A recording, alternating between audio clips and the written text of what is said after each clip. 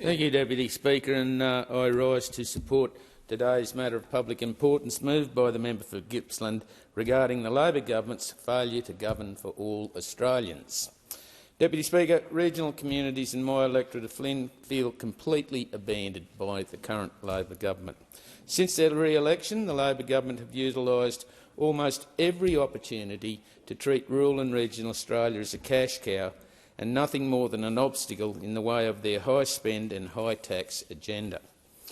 Let's first look at Labor's new proposed super tax. The Labor government is determined to push on and impose a 15% tax increase on unrealised gains, paper profits on superannuation balances worth more than $3 million. Under Labor's plan, earnings on self-funded superannuation balances above $3 million will be taxed at 30%, up from the current 15%, without indexation. This includes both realised and unrealised gains on small businesses, farms and shares held in self-managed retirement accounts. This superannuation tax carries enormous risk for farmers and young people in particular. In relation to agriculture, the Labor government doesn't care that in Australia many farmers own their farms through a self-managed super fund, and $3 million doesn't buy you a lot of farm. So with land values increasing, how can they possibly pay the proposed tax on an unrealised gain on that asset? Farms and businesses that face a lot of uncertainty and volatility in terms of weather, natural disasters, land and global commodity prices. To tax unrealised gains at 30% when a farmer never knows what's in store for them the next season is just bound to hurt farmers' ability to plan for the next season.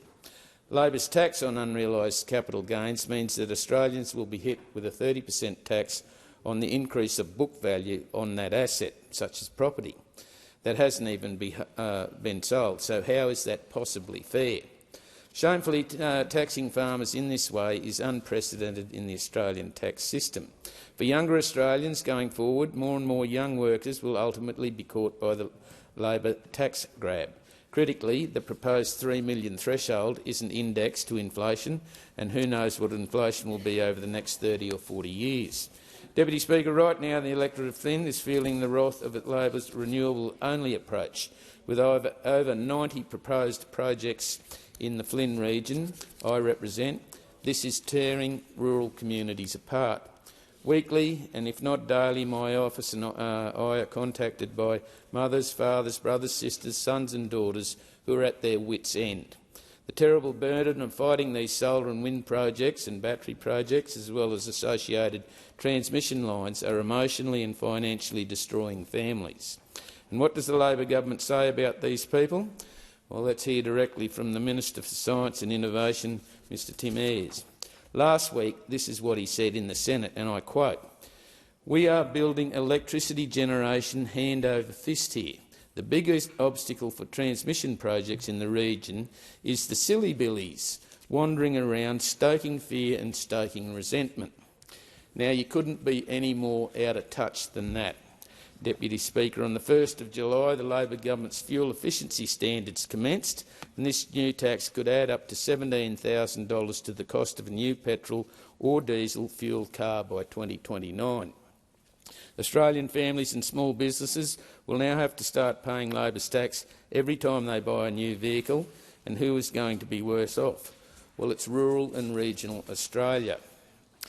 In the middle of a cost of living crisis, our nation does not need its own government penalising drivers of petrol and diesel or hybrid cars and utes with an additional tax. This will drive up the price of a new and second-hand car and make life harder for families, particularly again in rural and regional Australia. Labor's tax is estimated to add up to $7,400 to the cost of a Ford Ranger in 2026 and up to $14,400 by 2029. A popular RAV4 hybrid family vehicle will incur almost $5,000 of additional cost by 2029. Deputy Speaker, under this Labor government, many Australians in rural and regional Australia are doing it tough. They are grappling with the cost of living crisis, a growing shortage of housing, and have been bulldozed by overseas renewable developers that are profiting from the Australian taxpayer dollars.